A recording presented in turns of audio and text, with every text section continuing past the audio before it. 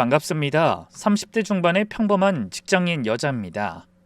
요즘 제 주변 사람들한테 가장 화제가 된 게 바로 저의 결혼 생활에 관한 이야기거든요. 당시엔 결혼이라는 게 사람을 이렇게까지 바꿀 수 있구나라는 걸 느낀 뼈아픈 경험이었지만 이제는 웃으며 넘길 정도가 됐죠. 그 사연을 지금부터 차근차근 털어놔 볼게요.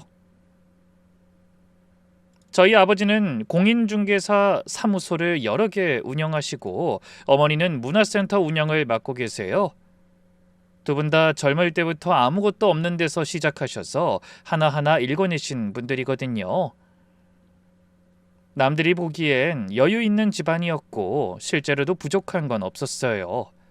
덕분에 사랑받으며 자랐고 하고 싶은 공부를 마음껏 할 수 있는 환경에서 클 수 있어 감사했습니다.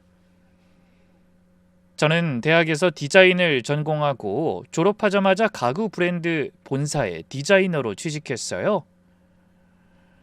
처음으로 월급을 받던 날 이걸로 월세를 내고 밥을 사 먹으면 내 힘으로 사는 거구나 싶어서 기분이 묘하더라고요.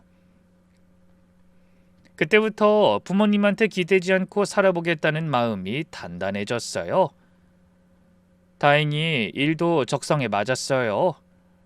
제가 그린 시안이 실제 제품이 되고 그게 매장에 놓이는 과정을 보면 그간의 피로가 싹 잊혀지곤 했거든요.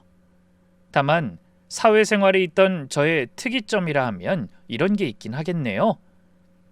제 성격이 좀 직선적이어서 회사에서도 아니다 싶으면 그 자리에서 이야기하는 편이거든요. 그게 통할 때도 있었고 윗선이랑 부딪힐 때도 종종 있었어요.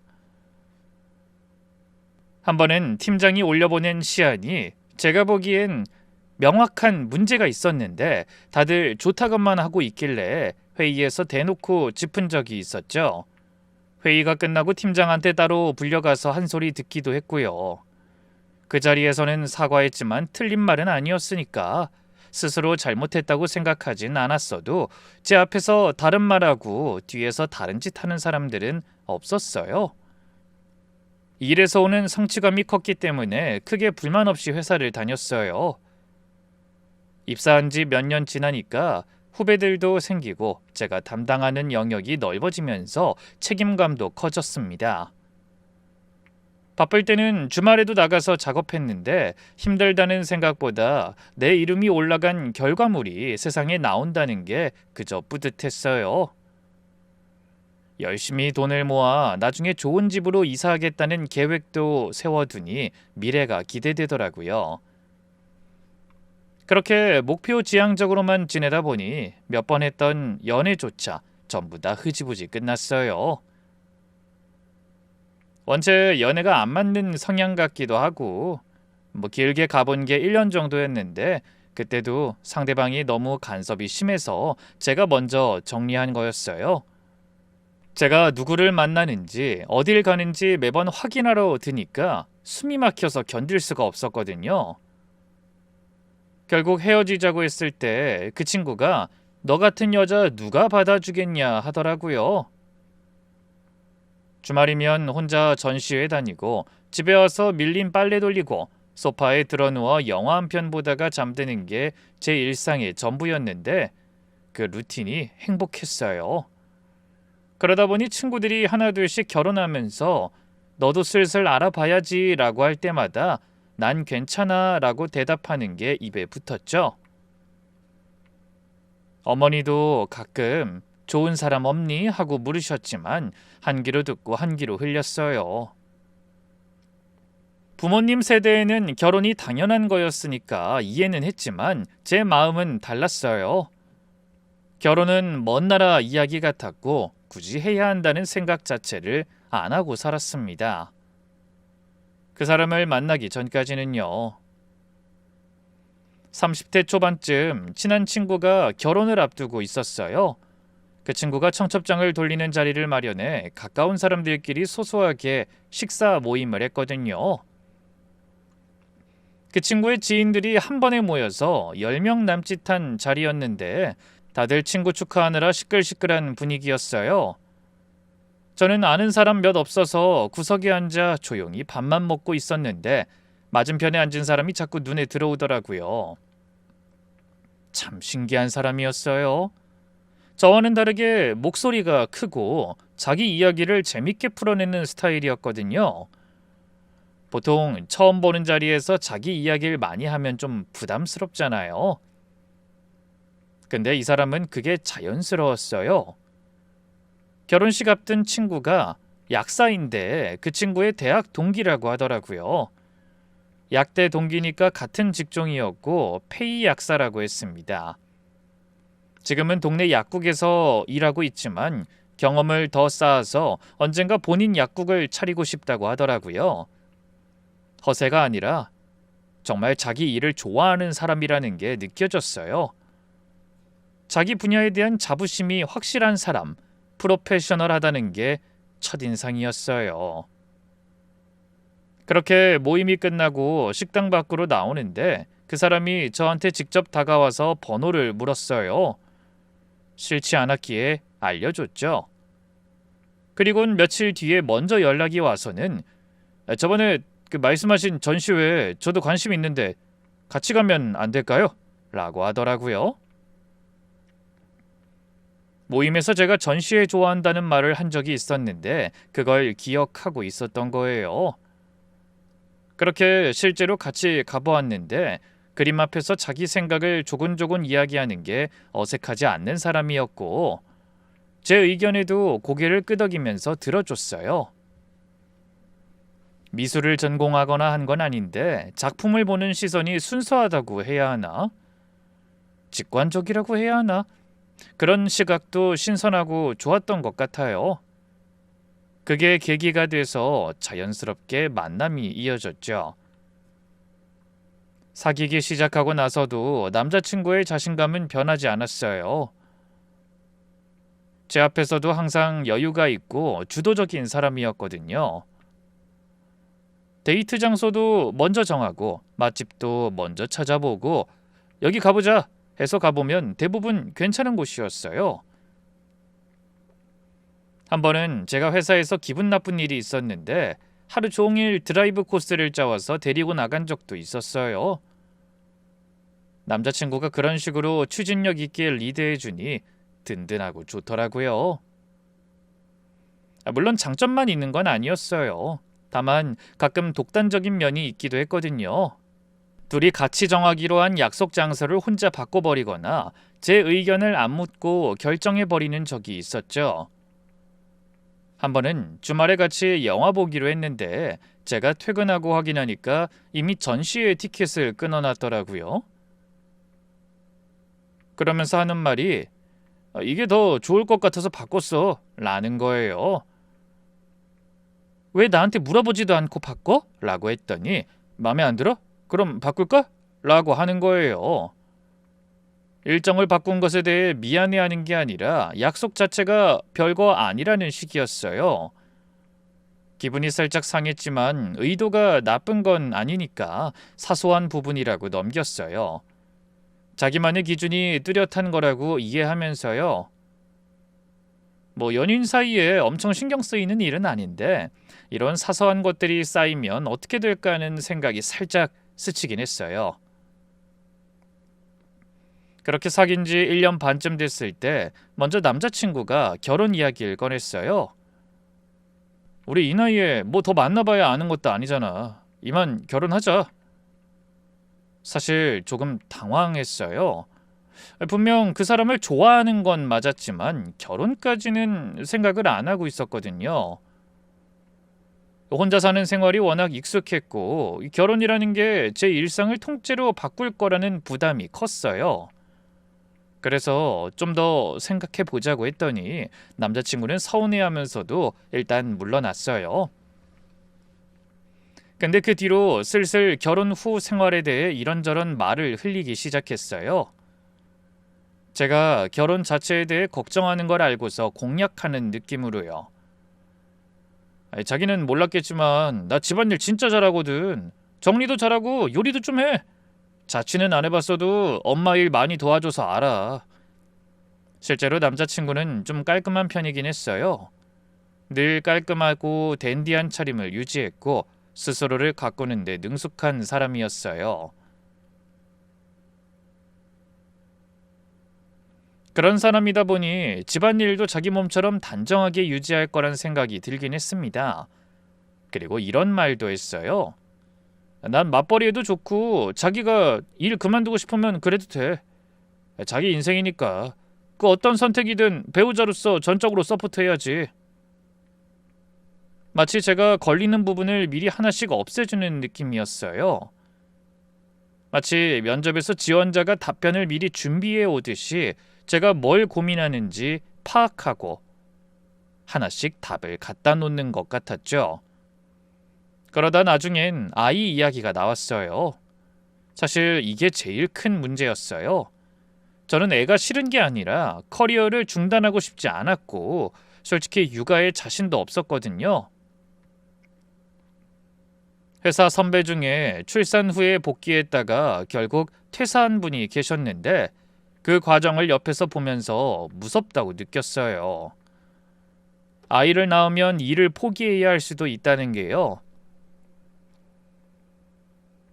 이런 마음을 남자친구한테 솔직하게 꺼냈더니 예상외로 담담하게 받아들이더라고요. 대답이 의외였어요. 나도 꼭 애가 있어야 한다고 생각 안 해.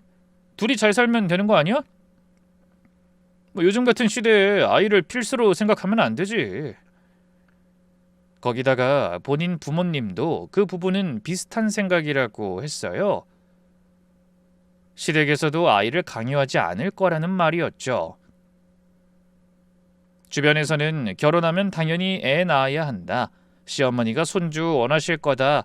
아이 안 낳을 거면 왜 결혼하냐 이런 말을 하는 사람들이 대부분이었는데 이 사람은 그런 사상에서 자유로운 것 같았어요. 시댁 눈치까지 안 봐도 된다니 이건 제겐 꽤 크게 다가왔어요.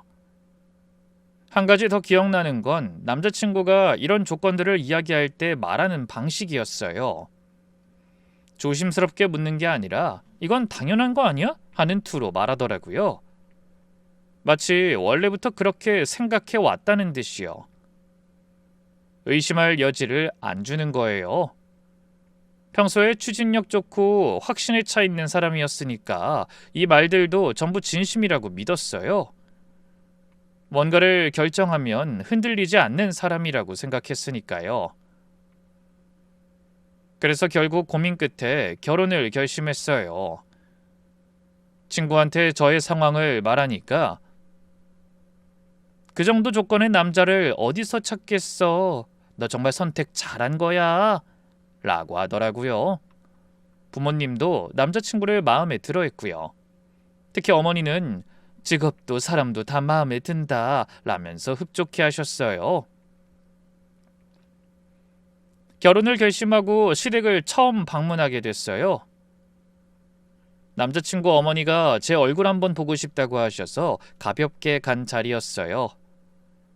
외곽에 있는 빌라 댁으로 찾아뵙는데 계단을 올라가면서부터 좀 긴장이 됐어요.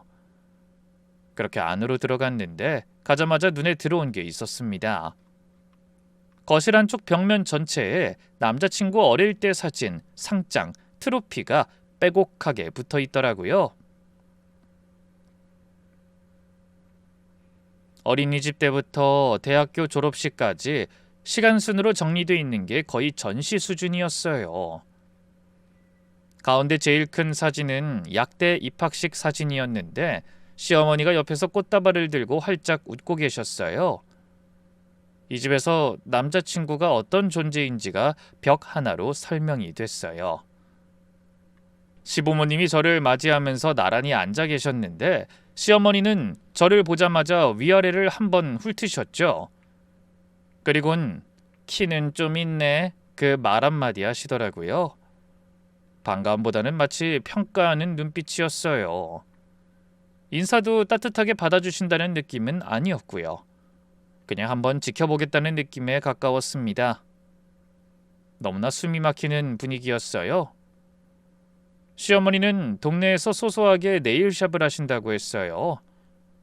크게 장사가 되는 건 아니고 그냥 단골 위주로 운영하시는 정도인 것 같았어요. 시아버지가 얼마 전에 일을 그만두시면서 요즘은 네일샵 수입에 많이 기대고 계신 것 같았어요. 어머니가 과일을 내오시면 이런저런 이야기를 하셨는데 말씀하는 내용은 전부 아들, 즉 남자친구 중심이었어요. 벽에 걸린 사진을 하나하나 가리키면서 어릴 때 얼마나 귀여웠는지부터 시작해 학교에서 상을 몇 개 탔는지, 약대 보내려고 학원비며 과외비며 본인이 얼마나 뒷바라지를 열심히 하셨는지 이야기를 쭉 늘어놓으셨죠. 이 상장 받던 날 내가 얼마나 울었는지 몰라 하면서 눈시울을 붉히시기까지 했어요. 다른 집 애들은 놀 때 우리 아들은 학원 3개를 다녔다. 난 그걸 전부 쫓아다니면서 뒷바라지 했지. 자신이 감수한 고생을 하나하나 짚으시는데 듣는 입장에서는 좀 부담스러웠어요. 시아버지는 옆에서 가끔 아이 당신 좀 오바하는 거야 하시면서 웃으셨는데 시어머니는 오바가 아니라 사실이지 당신이 뭘 알아? 라고 하면서 자랑 세례를 멈추지 않으셨어요. 1시간 넘게 앉아 있었는데 아들 자랑 이야기는 끊기질 않았어요. 그러다 보니 저한테는 질문이 거의 없었죠. 어디 사니? 정도 한번 물으시고는 제가 회사 근처에서 자취합니다 라고 대답했더니 아 그래? 하시고는 바로 우리 아들이 말이야 하면서 다시 남자친구 이야기로 돌아가셨어요. 남자친구도 듣다 민망했는지 다른 이야기로 화제를 돌리려고 했어요. 어머니 말씀을 끊고선 이 집에서 오래 살았으니 이사할 때 되지 않았냐고 여쭤봤거든요. 그러자 시어머니가 이렇게 대답하셨어요. 이사는 무슨? 네 아버지가 일을 그만두셔서 요즘 여유가 없어. 그러니까 너라도 가까이 있어줘야지. 모자가 나누는 자연스러운 대화 같았지만 그 한마디에 시댁사정이 다 담겨있는 것 같았어요. 이상하게 다른 이야기보다 그 말씀 하나가 마음에 콕 새겨진 느낌이었죠. 돌아오는 차 안에서 남자친구한테 그 이야기에 대해 물었더니 이렇게 답했어요. 그 아버지가 원래 사업을 좀 하셨는데 접으셨어. 뭐 크게 어려운 건 아니고 라고요. 더 물어보려 했는데 남자친구가 별거 아니야 신경 쓰지 마 라고 말을 잘라서 그냥 넘어갔어요. 집에 도착해서 혼자 생각을 정리해보니 벽면 가득한 사진과 상장, 아들 자랑만 끝없이 이어지던 시어머니, 그리고 요즘 생활이 어렵다는 이야기. 마음 한구석에 그 모든 게 조금씩 걸리긴 했지만 남자친구가 괜찮다고 하니까 지금은 넘어가자 싶었죠. 한편으로는 만남 내내 시어머니가 저한테 큰 관심을 안 보이셨기 때문에 오히려 간섭이 없겠다 싶어서 나쁘지 않다고 생각했어요. 그러던 중 상견례 날이 왔어요. 아버지가 가까운 지인이 운영하시는 곳으로 장소를 잡으셨는데 시부모님이 도착해서 가게를 보시자마자 사뭇 분위기가 달라졌어요. 시어머니가 식당 안을 둘러보면서 이런 데는 처음 와보네 라며 좋아하시더라고요. 시아버지는 자리에 앉자마자 아버지한테 명함을 건네셨어요. 근데 그 명함은 이미 저번 사업체 것이라 이미 저를 통해 시댁 상황을 전해들은 아버지는 건네받으시면서 어색한 표정을 지으셨죠. 식사 내내 시어머니가 분위기를 주도하셨어요. 주로 저희의 결혼보다는 저희 부모님에 관한 질문이 이어졌는데 민망스럽게도 그 내용은 전부 돈에 관한 거였어요. 사무소가 몇 개라고요? 직원은 많이 두고 계시고요. 문화센터라고 하셨죠. 규모가 어느 정도 돼요? 집은 작아세요? 아파트에서 지내시나요? 처음 만났을 때 저한테 눈길도 안 주셨던 분들이 이날은 웃음이 끊이질 않았어요. 아버지가 사무소 이야기를 하실 때 시어머니 눈이 반짝이는 게 보였어요. 어머니가 중간에 화장실 다녀오시면서 제 귀에 대고 어머니 질문이 좀 그렇다 라고 하셨는데 저도 같은 느낌이었어요. 아버지는 묵묵히 대답만 하셨지만 나중에 어머니한테 들으니 예상치 못한 상견례 분위기에 씁쓸하셨대요. 저렇게 대놓고 물어보는 건 처음 봤다 라고 하셨다더라고요. 식사가 끝나갈 때쯤 시어머니가 남자친구를 보면서 우리 아들이 공부 잘한 건 사실 제 덕이 커요. 아이 사돈어른도 아시겠지만 이 자식 뒷바라지가 장난이 아니잖아요. 그걸 다 버티고 견뎌내서 훌륭한 자식으로 만들어낸 거죠. 라고 하셨는데 느닷없이 왜 그런 말씀을 하시나 싶었어요. 자신이 아들을 키운 공이 크다는 걸 단순히 강조하시는 것 같기도 하고 남자친구의 가치를 높이시려는 것 같기도 했어요. 저희 아버지가 어머님이 고생 많으셨겠습니다 하고 예의상 받아주셨는데 시어머니는 거기에 힘을 얻으셨는지 약대 학비가 얼만지 아세요? 아이 정말 허리가 휠지경이었어요 하면서 이야기를 더 이어가셨어요. 민망했던 남자친구가 엄마 그만해 라며 말리니까 그제야 멈추셨죠. 그렇게 상견례가 끝나고 시어머니가 저에게 다가와 이렇게 말씀하셨어요. 오늘 보니까 우리 며느리 참 예쁘더라. 우리 아들이 복이 많나 봐. 순간 한 달 전에 저를 위아래로 훑던 그 눈빛이 떠올랐어요. 그때는 키는 좀 있네가 저에게 한 말 전부였던 분이었잖아요. 그런데 친정 사정을 알고 나니까 우리 며느리가 된 거였죠. 전화를 끊고 나서 혼자 가만히 앉아 있었어요. 어머니한테 이 이야기를 했더니 그 어머니는 네가 궁금한 게 아니라 우리 집 사정이 궁금했던 것 같다 라고 하셨어요. 그런 점이 걱정돼서 남자친구한테 상견례에서 느낀 걸 솔직하게 말했어요. 시어머니가 우리 집 사정에만 유독 관심을 보이시는 것 같아서 불편하다고. 다른 뭔가를 바라는 게 있으신 건 아니냐고요. 그러면서 정말 결혼해도 괜찮냐고도 물었죠. 제 말에 남자친구는 좀 기분 나빠하면서 이렇게 말했어요. 아니 아직 결혼한 것도 아닌데 왜 벌써 겁을 내. 마음에 안 들어 하시는 것보단 낫잖아. 아니 어차피 결혼하면 내가 끊어낼 거야. 약속할게. 이런 걸로 서로 기분 상해하지 말자. 듣다 보니 맞는 말 같기도 했어요. 시어머니가 반대하는 것보다야 환영해 주시는 게 낫지 않냐는 말에 그것도 그렇다 싶어서 알겠다고 했죠. 끊어내겠다는 약속도 받았으니까요. 그리고 솔직히 남자친구의 그 확신에 찬 말투에 안심이 됐어요. 이 사람이 내가 끊어낼게 라고 하면 정말 그렇게 할 것 같은 사람이었거든요. 적어도 그때까지는 그랬어요. 그렇게 저희는 결혼을 했습니다. 결혼하고 처음 두어 달은 괜찮았어요. 이제 남자친구를 넘어 남편이 된 그 사람은 결혼 전에 말했던 약속을 지켜줬어요. 설거지도 하고 빨래도 같이 돌리고 항상 깔끔하게 지내려고 노력하는 게 보였어요. 저녁도 몇 번 직접 해줬고요. 대단한 건 아니고 간단한 볶음밥이나 파스타 정도였지만 그래도 같이 식탁에 앉아서 먹으면 결혼하길 잘했다는 생각이 들기도 했어요. 한 번은 제가 야근하고 늦게 들어왔는데 식탁 위에 김치볶음밥이랑 계란 후라이가 놓여 있었어요.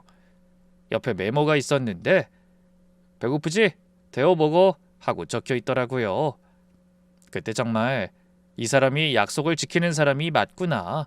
결혼하길 잘했다 싶었죠. 그런데 석 달째부터 남편이 슬슬 달라지기 시작했어요. 저희는 맞벌이다 보니 집안일도 반씩하기로 했거든요. 물론 남편이 바쁘고 제가 여유로울 때 나서서 더 했죠. 그런데 남편은 바쁘지 않을 때도 점점 본인이 할 일을 하지 않는 거예요. 처음엔 설거지를 깜빡하는 정도였어요. 한 번, 두 번은 그럴 수 있다고 넘겼어요. 근데 점점 빈도가 늘더니 나중엔 자기가 먹은 음식 용기나 쓰레기도 싱크대에 그냥 놔뒀어요. 빨래도 세탁기에서 꺼내 널어놓기만 하고 안 개고 화장실 청소는 아예 손을 대지 않았어요. 처음에 같이 했던 장보기도 어느 순간 오늘은 좀 피곤해 하면서 안 가겠다고 하더니 그 뒤로는 아예 참여를 안 했어요. 주말에 같이 나가자고 하면 싫다면서 낮잠 자거나 게임을 했고요. 한 번은 주말 오후에 제가 장을 보고 무거운 봉지 4개를 들고 현관에 들어섰는데 남편이 저는 본체만 채하며 소파에 누워 핸드폰을 보고 있더라고요. 좀 도와줘 라고 했더니 잠깐만 하고는 한참을 안 일어났어요. 결국 혼자 들고 혼자 냉장고에 정리했죠. 그때부터 장 보는 일도 혼자 가기 시작했어요. 어차피 밥하는 것도 다 제 몫이었으니까요. 제가 이런 부분을 지적하면 남편 대답은 항상 똑같았어요. 알았어 할게. 하면 되잖아. 근데 며칠 지나면 원래대로였어요. 제가 말을 안 한 게 아니에요. 여러 번 했어요. 어떨 때는 조곤조곤, 어떤 때는 화를 내면서요. 그럼에도 매번 같은 대답이 돌아왔고 매번 같은 결과였어요. 한 번은 식탁에 마주 앉아서 진지하게 이야기를 했거든요. 우리 결혼 전에 한 약속 있잖아. 집안일 나눠서 하기로 한 거. 요즘 전혀 안 지키고 있잖아. 어떻게 생각해? 그러자 남편은 고개를 끄덕이면서 알았어. 앞으로 잘할게. 라고 했어요. 그 다음 날은 정말 설거지를 하더라고요. 이틀째도 느지막이 하긴 했고요. 그래서 이번엔 정말 달라지려나 했는데 사흘째부터 다시 원래대로였어요. 일주일도 안 간 거였죠. 그 다음부터 제가 말을 꺼내려고 하면 남편이 먼저 짜증을 내기 시작했어요. 또 그 얘기야? 알았다고 했잖아. 이런 식으로 짜증을 내니까 말을 꺼내기가 점점 힘들어졌어요. 제일 화가 났던 어느 날이었어요. 야근을 하고 밤늦게 들어왔는데 현관문을 여는 순간 싱크대에 그릇이 쌓여 있는 게 보였어요. 거실 바닥에는 남편 옷가지가 여기저기 널려 있었고 그 한가운데 소파에서 남편이 널브러져서 게임하고 있었죠. 화면에서 나오는 총소리가 거실을 가득 채우고 있었어요. 치울 건 하나도 안 치우고 게임을 하고 있으니까 눈앞이 캄캄하더라고요. 화가 치밀어 올랐어요. 자기야, 이거 뭐야? 제 말에도 남편은 화면에서 눈을 안 떼고 대답했어요. 나중에 할게. 잠깐만. 그 순간 결혼 전에 했던 말들이 전부 떠올랐어요. 집안일 잘한다. 깔끔한 편이다. 편하게 해주겠다. 그 약속들은 지금 이 풍경이랑 전혀 다르잖아요. 전부 저를 설득하기 위한 포장이었나 싶은 생각이 들기 시작했죠. 그렇지만 결혼한 지 아직 몇 달밖에 안 됐으니까 적응 기간이라고 스스로를 다독였어요. 그날 밤에 남편이 자고 난 뒤에 혼자 싱크대 앞에 서서 청소를 했어요. 설거지를 하면서 문득 결혼식 날 남편이 했던 말이 생각나더라고요. 앞으로 당신 행복한 일만 있을 거야. 나만 믿어. 그 말을 정말 믿었는데 씁쓸한 웃음이 나왔어요. 문제는 그뿐만이 아니었습니다. 시어머니 연락이 결혼 직후부터 꾸준했거든요. 처음에는 일주일에 한두 번 전화가 왔는데 결혼한 지 넉 달쯤 지나니까 주 서너 번으로 늘었어요. 받으면 아들 안부를 묻는다면서 이런저런 이야기를 길게 하셨어요. 남편 밥은 잘 먹고 다니냐? 약국에서 힘들어하진 않냐? 요즘 안색이 안 좋은 것 같던데 잘 챙겨줘라 등등. 남편한테 직접 전화하시면 될 일을 왜 굳이 저한테 하시는 건지 답답하기도 했어요. 한 번은 시어머니한테 조심스럽게 어머님, 준혁 씨한테 직접 전화하시는 게 빠를 것 같아요. 라고 했더니 아들은 바쁘잖아. 새아가한테 묻는 게 마음이 편해. 라고 하시더라고요. 저는 노는 사람인가요? 가끔은 전화가 30분 넘게 이어지는 날도 있었는데 대부분 남편 이야기라 제가 끼어들 틈이 없었어요. 네, 네. 네, 알겠습니다. 만 반복하다 끊는 것도 점점 부담스러워졌어요. 일하느라 바쁘니까 점점 전화를 잘 안 받게 됐어요. 회의 중이거나 작업에 집중하고 있을 때 연달아 벨이 울리면 난감하잖아요.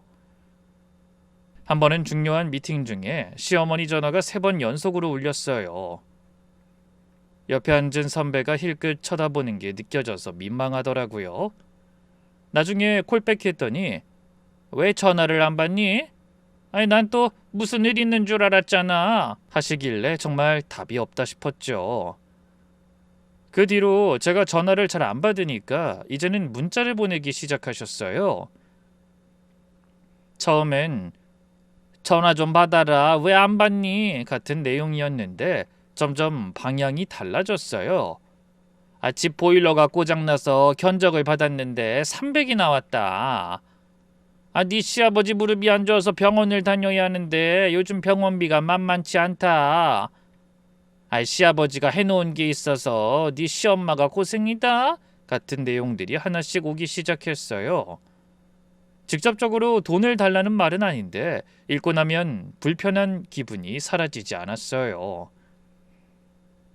어떻게 받아들여야 하나 고민이 됐죠. 이런 내용을 남편한테 전달하니 그 후 남편이 자기 용돈에서 50만 원, 100만 원씩 보내더라고요. 처음에 보낼 때는 저한테 말을 안 했어요.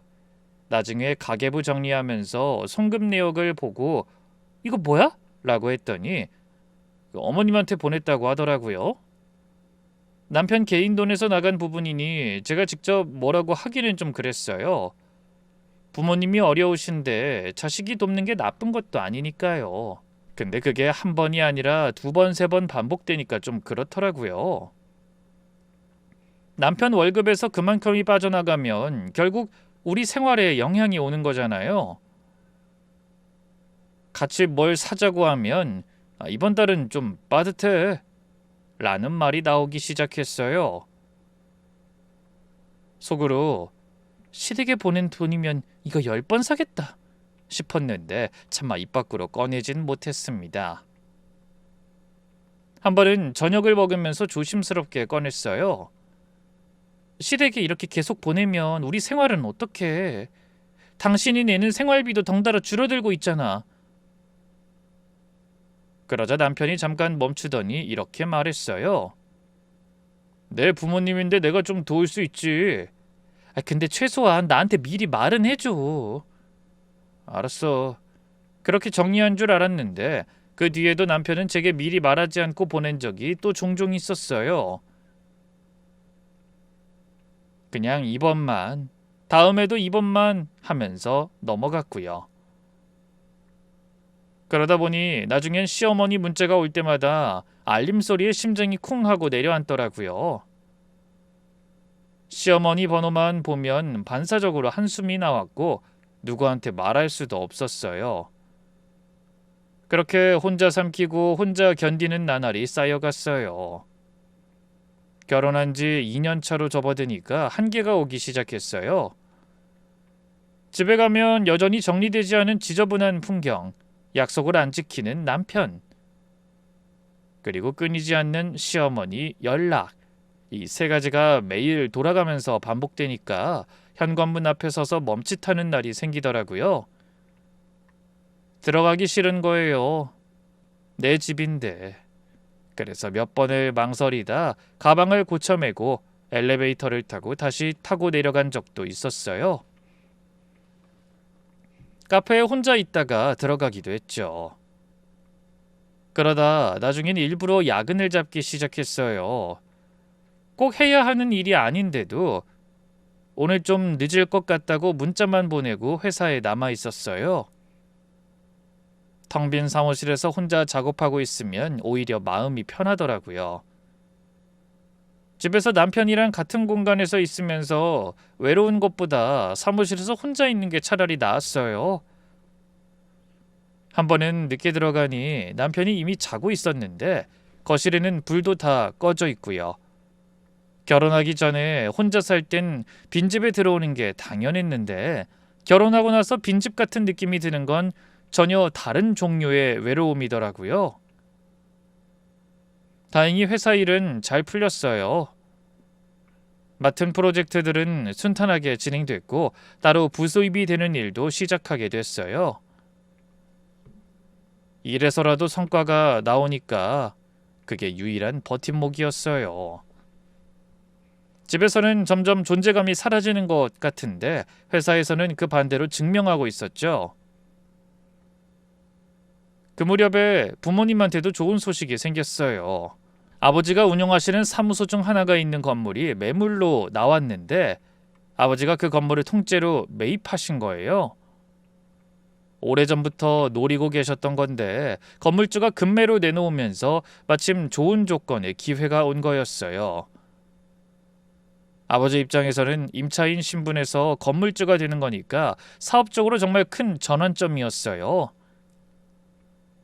주말에 식사하는 자리에서 배웠는데 아버지 어머니 표정이 정말 밝으셨어요.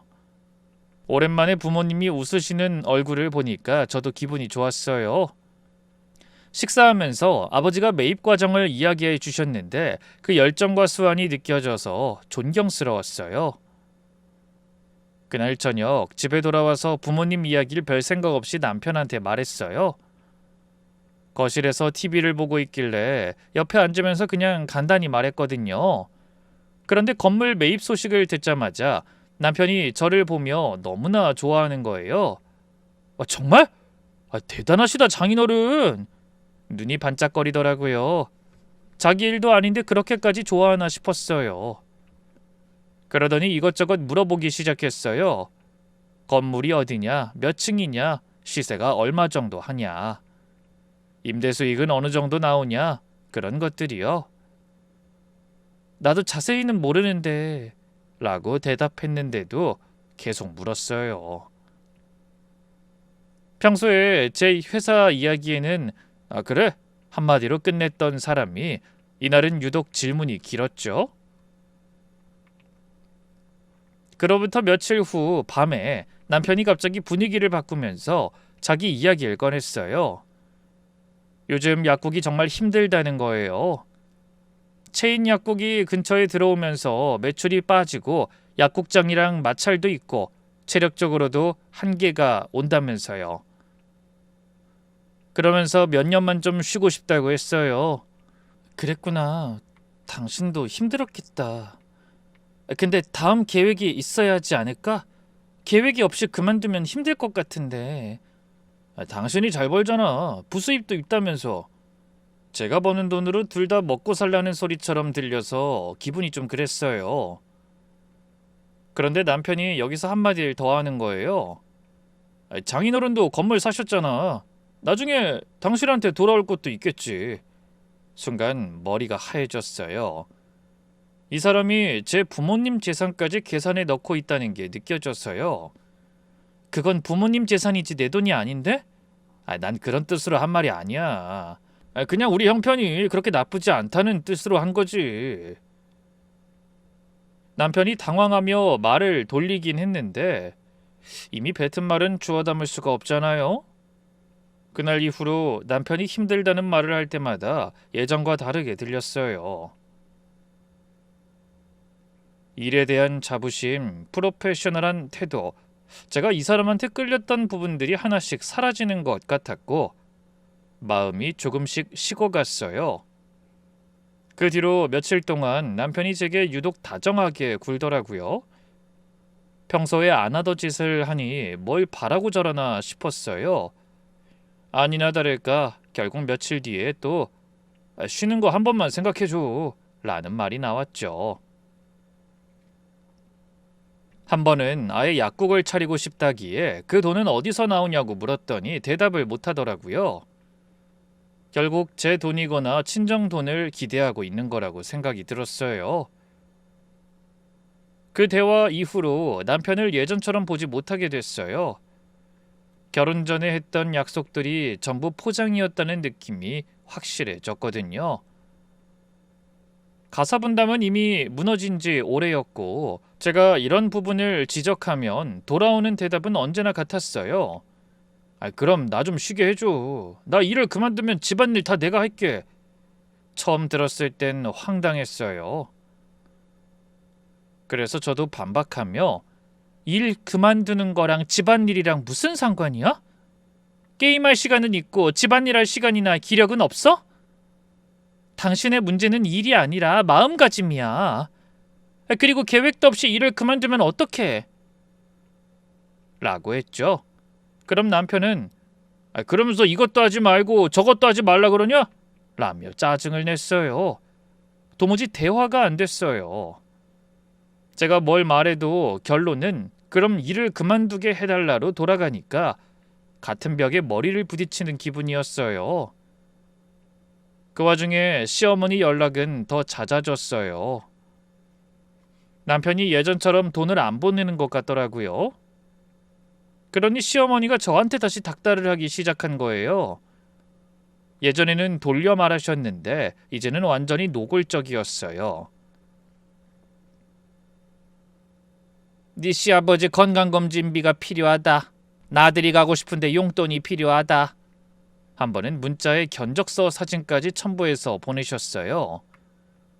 이 정도면 뜯어내는 거라 다름없잖아요. 화가 난 저는 남편한테 시어머니 문자를 보여주면서 이건 좀 아닌 것 같아 라고 했어요. 나도 말렸는데 계속 그러시네. 갱년기여서 예민하신 거야. 좀 이해해줘. 돈 달라는 게 갱년기 때문이라는 게 어이없었어요. 그렇게 또 싸웠어요. 최소한 어머니한테 선 그어줘. 결혼할 때 끊어내겠다고 약속했잖아. 그게 그렇게 쉬운 줄 아냐, 부모님인데. 결혼 전에 내가 끊어낼게 라고 했던 말이 이렇게 쉽게 뒤집힐 줄은 정말 몰랐어요. 분명한 건 남편은 시어머니 편이었고 저는 혼자였다는 거예요. 저는 이 결혼 안에서 점점 더 고립되어 가고 있었어요. 어느 날 퇴근하고 들어온 날이었습니다. 남편이 평소와 다르게 거실 식탁에 앉아 있었어요.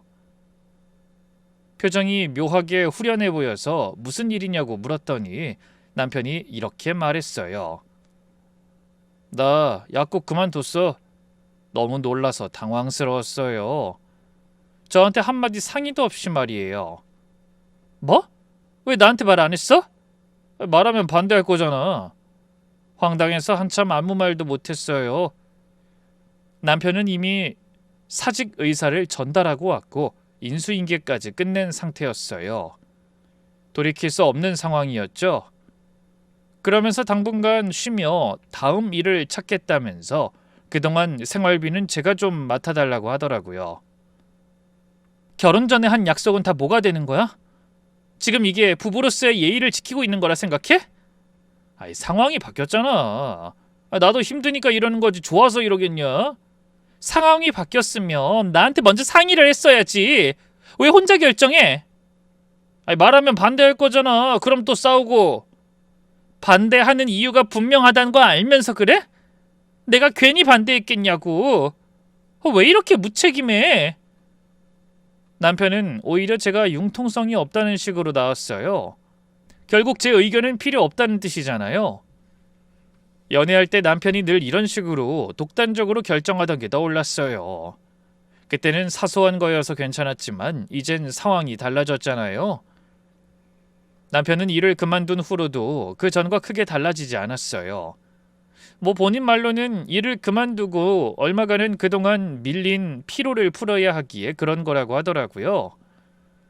그렇게 하루 종일 집에 있으면서 밥도 배달로 시켜 먹고 거실엔 각종 용기를 쌓아뒀어요. 그럼 또 제가 퇴근하고 와서 치우는 날이 계속됐죠.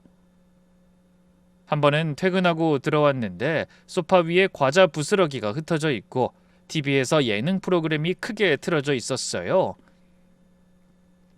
남편은 자고 있었고요. 그런 사람이 결혼 전에 나는 프로페셔널한 편이야 라고 했던 게 떠올라서 웃음도 안 나오더라고요.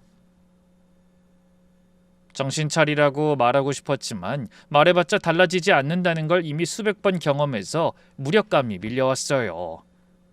그때부터 아무 말도 하지 않았고 남편을 봐도 무시하기 시작했어요. 그런 상황이 되자 남편이 제 눈치를 보기 시작하더라고요. 어느 날 저녁 남편이 저에게 조심스럽게 말을 꺼냈어요. 요즘 우리 좀 멀어진 것 같지 않아? 나도 어느 정도는 반성하고 있어. 그래서 말인데 이참에 우리 아이를 하나 가지면 어떨까? 뭐라고? 자기도 나이가 있잖아. 지금 아니면 늦을 것 같아. 애가 있으면 우리도 좀 달라지지 않을까 싶기도 하고. 사이가 냉랭해지니까 아이로 분위기를 바꿔보겠다는 거였어요. 결혼 전에 아이 안 낳아도 된다고 했던 사람이 이제는 돈도 안 벌면서 아이까지 낳자고 하는 거예요. 화가 난 제가 그랬어요. 당신은 결혼 전에 한 약속 중에 지킨 게 하나도 없어. 그건 연애할 때 한 말이잖아. 결혼은 다르지. 그 대답을 듣고 확신했어요. 지금도 이 사람과 사는 게 지옥인데 아이까지 낳으면 돌이킬 수 없겠다고요. 아이가 생기면 이혼은 더 어려워지고 아이 때문에라도 참아야 한다는 소리를 듣게 될 거예요. 그러니 아이 문제만큼은 절대 양보하지 않기로 단단히 마음을 먹었어요. 이건 제 인생의 문제니까요. 며칠 뒤 시어머니 생신이었어요. 가기 싫었지만 남편이 시어머니 생신인데 안 가면 되겠냐 라고 해서 어쩔 수 없이 억지로 갔어요. 그런데 시댁에 도착하니 시어머니 태도가 이상한 거예요. 평소보다 꼿꼿하고 자신감이 넘치셨어요. 그 묘한 여유가 어디서 나오는 건가 싶더라고요. 하지만 그 식사 자리에서 곧 이유를 알게 됐어요.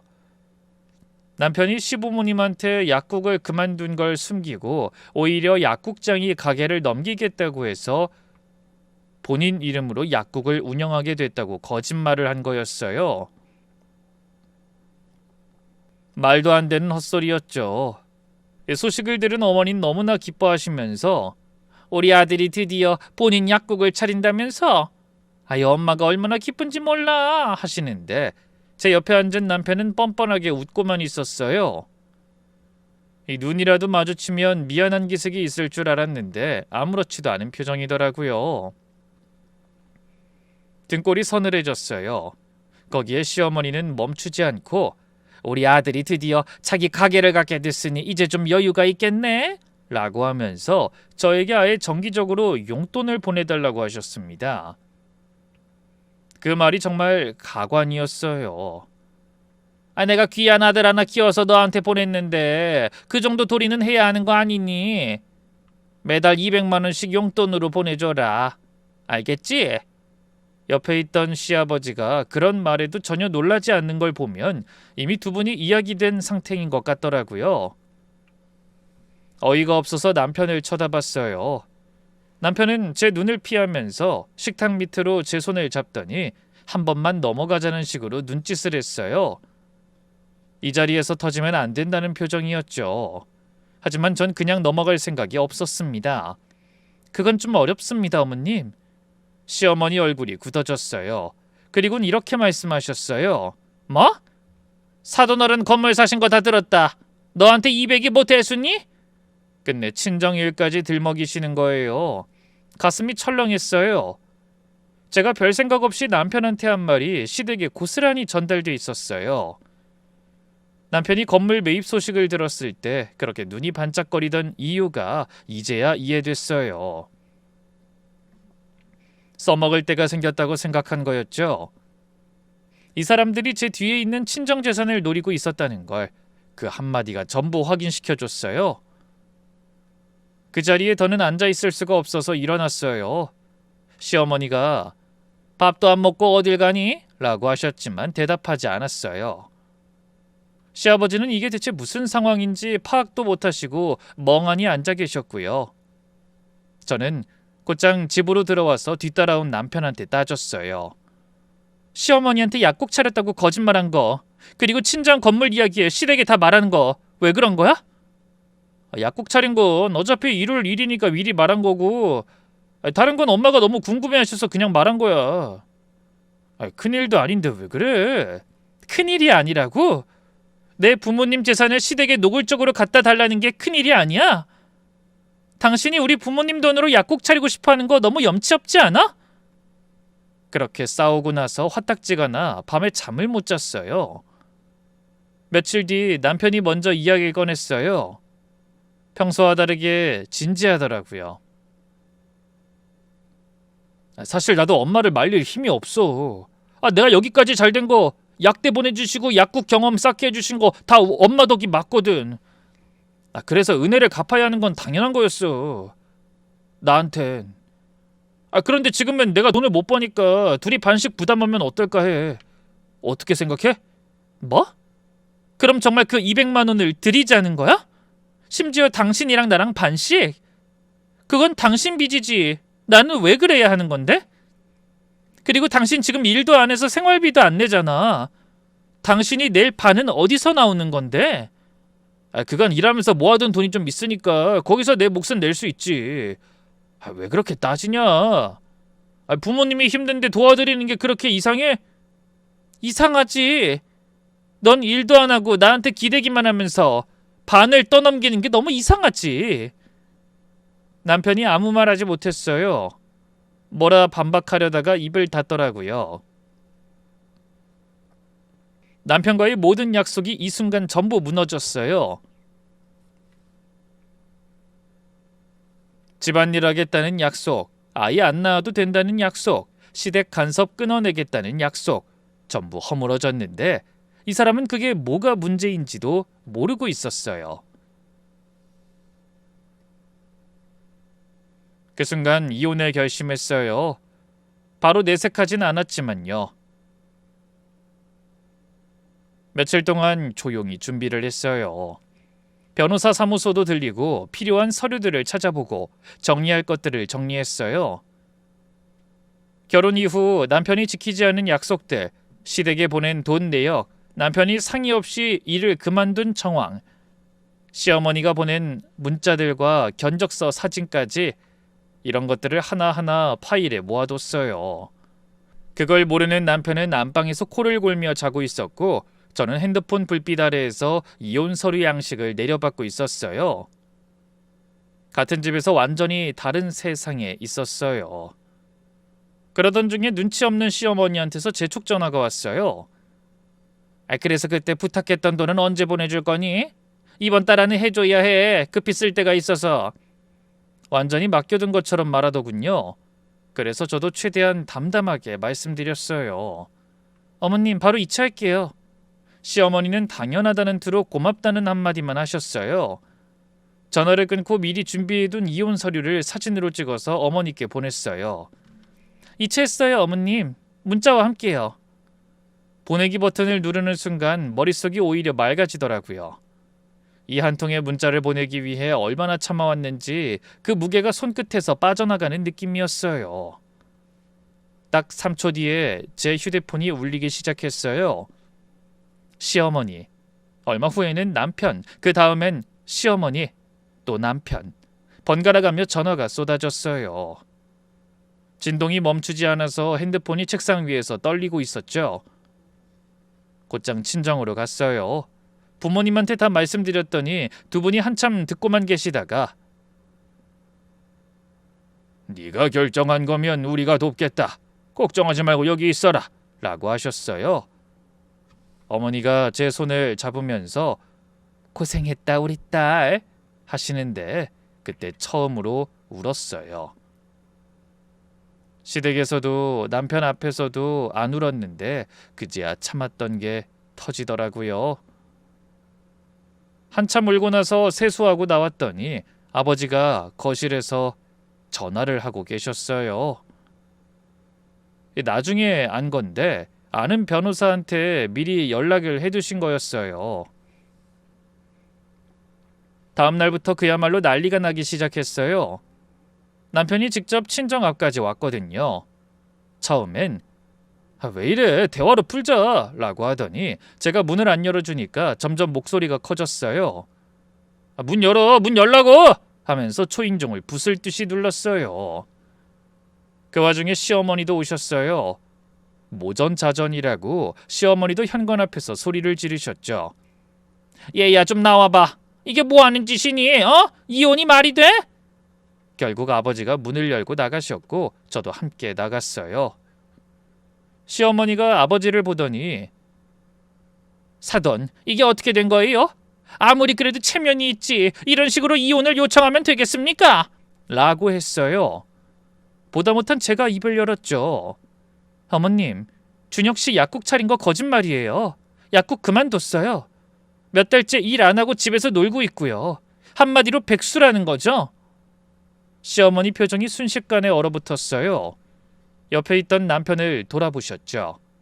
준혁아, 이게 무슨 소리냐? 당황한 남편이 저에게 야, 그걸 왜 여기서 말해? 라고 했어요. 왜, 말하면 안 돼? 거짓말한 건 너잖아. 시어머니가 남편과 저를 번갈아 보시면서 이게 정말이야? 하셨는데 남편이 아무 말도 못하자 시어머니 얼굴이 빨갛게 달아올랐어요. 너 엄마한테까지 거짓말을 해? 엄마, 여기서 이러지 말고 나중에 이야기하자. 남편의 만류에 시어머니는 제게 다시 화살을 돌렸어요. 그래도 이혼은 아니지. 부부가 힘들면 같이 이겨내야지. 도망가면 어떡하니? 그게 부부야? 어머님, 전 도망간 게 아니에요. 더 이상 이용당하고 싶지 않은 거예요. 이용? 지금 누가 누굴 이용했다는 거야? 어머님이 저한테 매달 200만 원 보내라고 하신 거 그게 이용 아니면 뭐예요? 친정아버지 건물 산 건 다 파악하고 계시잖아요. 저한테 관심 있으셨던 게 아니라 저희 집 돈에 관심 있으셨던 거 다 알아요. 그런데 준혁 씨가 일도 안 하고 집안일도 내팽개친 채 저에게 기생하려고 하니까 그만두려는 거예요. 남편이 끼어들었어요. 자기 제발 그만해. 여기서 이러지 말자. 왜? 사실인데 왜 말을 못해? 나한테 결혼 전에 뭐라 그랬어? 시댁 간섭 끊어낸다고 했잖아. 아이 안 낳아도 된다고 했잖아. 집안일 하겠다고 했잖아. 그중에 지킨 게 뭐가 있어? 저는 이어서 시어머니에게 말했어요. 어머님, 저희 집 돈 좀 있는 거 아시잖아요. 이런 식으로 계속 나오시면 제가 가진 거 다 동원해서 법적으로든 뭐든 끝까지 가겠습니다. 조용히 정리하는 게 서로한테 좋을 거예요. 시어머니는 곧장 멈추셨어요. 아까까지의 기세가 확 꺾인 게 느껴졌어요. 아버지가 옆에서 한마디 하셨어요. 앞으로는 변호사를 통해서 이야기하시지요. 그 말에 시어머니 표정이 완전히 바뀌었어요. 정말로 돌이킬 수 없는 상황이라는 걸 아신 후에 그 후로 입술을 꽉 깨물고 계시다가 남편한테 가자 하면서 되돌아가셨어요. 남편이 가면서 뒤를 돌아봤는데 저는 눈도 마주치지 않았죠. 변호사 상담을 잡았어요. 미리 정리해둔 자료를 다 가져갔어요. 변호사가 자료를 보더니 이 정도면 유책 배우자로 볼 여지가 충분하다고 했어요. 남편은 처음에 이혼을 안 해주겠다고 버텼어요. 너 정말 이럴 거야? 우리가 이렇게 끝날 사이야? 솔직히 내가 뭘 그렇게 잘못했는데. 부부면 힘들 때 서로 도와야 하는 거 아니야? 제가 계속 응답하지 않으니까 점점 톤이 바뀌었어요. 너 이름 나도 가만 안 있어. 네가 나한테 이럴 수 있어? 이런 식이었어요. 그러다가 어느 날은 갑자기 미안했어. 정말 바뀔게. 라는 긴 문자가 오기도 했어요. 협박과 사과를 오가는 게 더 한심하게 느껴졌어요. 협박 같은 문자는 전부 캡처해서 변호사한테 보내줬죠. 제가 정리한 자료를 변호사가 남편 측에 전달하니까 태도가 달라졌어요. 특히 시댁에 보낸 돈 내역이 정리된 걸 보고 남편이 당황한 것 같았어요. 본인은 자기 용돈으로 보낸 거라고 생각했겠지만 그게 누적되면서 가게에 얼마나 영향을 줬는지는 숫자로 드러나니까 더는 부인할 수가 없었던 거예요. 결혼 전에 했던 약속들과 실제 행동의 괴리도 문서로 정리되니까 남편도 변명할 게 없었어요. 이후에 저의 이혼 소식을 들은 친구 몇 명이 연락해 왔어요. 예전에 남편을 소개해준 그 친구도 있었죠. 무슨 일이야? 괜찮아? 라고 묻기에 숨기지 않고 다 말했어요. 친구는 제 이야기를 전부 듣고 나서 한참 아무 말도 못하더라고요. 나도 그 친구가 그런 사람인 줄 몰랐어. 미안하다. 라고 하더라고요. 일부러 퍼뜨린 건 아니었지만 그렇게 친구를 중심으로 남편 주변 사람들 사이에 소문이 퍼졌어요. 나중에 들으니까 남편이 한동안 곤욕을 치렀다더라고요. 대부분이 남편을 한심해하며 뒤에서 많은 이야기를 한 것 같았어요. 결국 남편이 먼저 협의 이혼에 동의했어요. 주변에 소식이 알려지면서 체면이 구겨진 것도 있었겠지만 변호사가 정리해서 보낸 자료가 결정적이었던 것 같아요. 더 끌면 본인한테 더 불리해진다는 걸 알았겠죠. 이혼 조건을 협의할 때 남편이 위자료 없이 깔끔하게 끝내자 라고 했어요. 원래 같으면 제가 위자료를 청구할 수 있는 상황이었지만 더 이상 이 사람과 엮여 있고 싶지 않았어요. 깔끔하게 끝내는 게 제 정신 건강에 나았다고 생각해서 동의했어요. 저는 이혼하면 안 올 줄 알았거든요. 그만큼 각오하고 온 거니까요. 근데 도장 찍자마자 눈물이 터졌어요. 서러워서가 아니라 그동안 꼭 눌러왔던 게 한꺼번에 올라온 느낌이었어요. 그렇게 한참을 펑펑 울고 나니까 그제야 좀 가벼워지더라고요. 이혼하고 시간이 좀 흘렀네요. 저는 그 후로 집을 구해서 이사했어요. 조용하고 깔끔한 저만의 집이었죠. 나만의 공간이 있다는 게 얼마나 감사한 건지 결혼 전엔 몰랐던 것 같아요. 부모님은 한동안 걱정을 많이 하셨는데 제가 밝게 지내는 걸 보시고 이제는 안심하신 것 같아요. 이후에 친구를 통해 들은 건데 남편은 아직 재취업을 못하고 시댁에서 지내고 있대요. 시어머니가 아들 약국자리 알아보겠다고 여기저기 뛰어다니신다더라고요. 그야말로 다시 아들 뒷바라지를 하고 계신 거예요. 그런 이야기를 들어도 아무런 감정이 들지 않았어요. 예전이었으면 좀 안쓰럽기라도 했을 텐데 지금은 정말 아무렇지도 않았어요. 그 사람 인생은 그 사람 거고 제 인생은 제 거니까요. 가끔 혼자 저녁을 먹다가 문득 결혼 전에 남자친구가 떠오를 때가 있었어요. 처음 만났을 때 제가 사랑을 느끼게 했던 그 사람은 진짜였을까요? 아니면 처음부터 포장이었을까요? 답은 모르겠어요. 다만 한 가지 확실한 건 누군가가 약속을 어기기 시작할 때, 그게 한두 번이 아닐 때, 둘의 약속이 가벼워지는 그때가 바로 멈추고 돌아봐야 할 순간이라는 거예요.